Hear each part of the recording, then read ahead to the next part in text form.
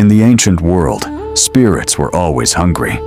In the village tales, the gods asked for palm oil. They asked for cola nuts.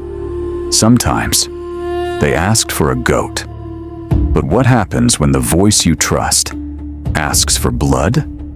Not the blood of an animal, but the blood of the person you love most in the entire universe.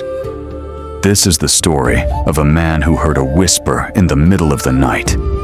And that whisper gave him a choice: become a murderer or become an enemy of God. He has 72 hours to decide.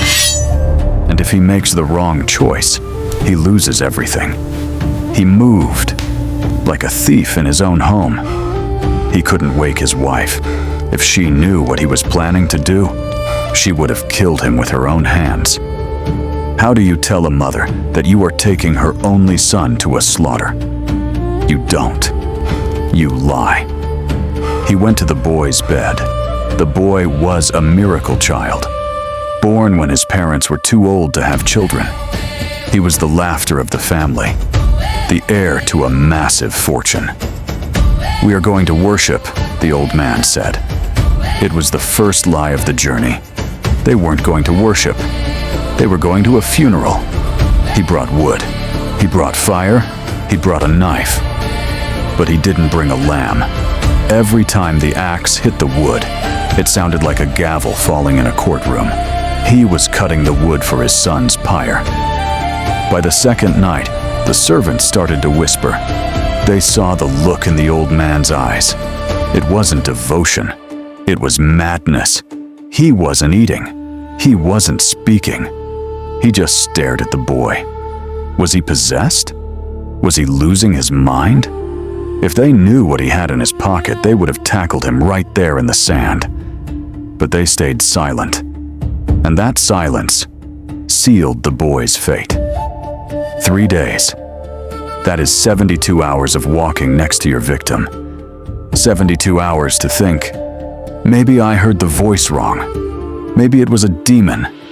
Maybe it was a nightmare. But the old man kept walking. At the bottom of the mountain, he made a decision. He told the servants to stay back. "The boy and I will go up," he said, "and we will come back to you." We. Was he lying again? Or was he hoping for a miracle he hadn't seen yet? They climbed. The air got thin. The wind howled like a warning. And then, the moment the old man feared most finally happened. The boy stopped. He was young, but he wasn't stupid. He looked at the fire. He looked at the knife. And he did the math. "Father?" the boy asked. "The fire is here. The wood is here. But where is the lamb?" The question hung in the air like a guillotine. The old man looked at his son. He couldn't say, You are the lamb." So he said the most mysterious sentence in history. God himself will provide the lamb. He didn't know how true those words were. They reached the peak, and the mask fell off. The old man didn't build a shelter. He built an altar.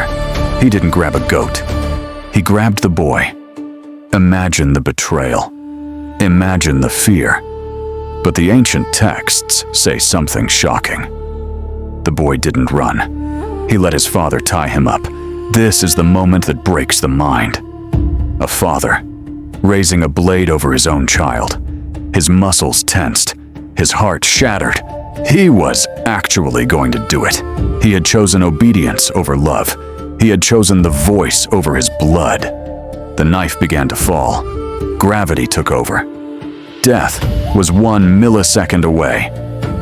"Stop!" The voice didn't come from the mountains. It came from the sky. "Do not touch the boy!"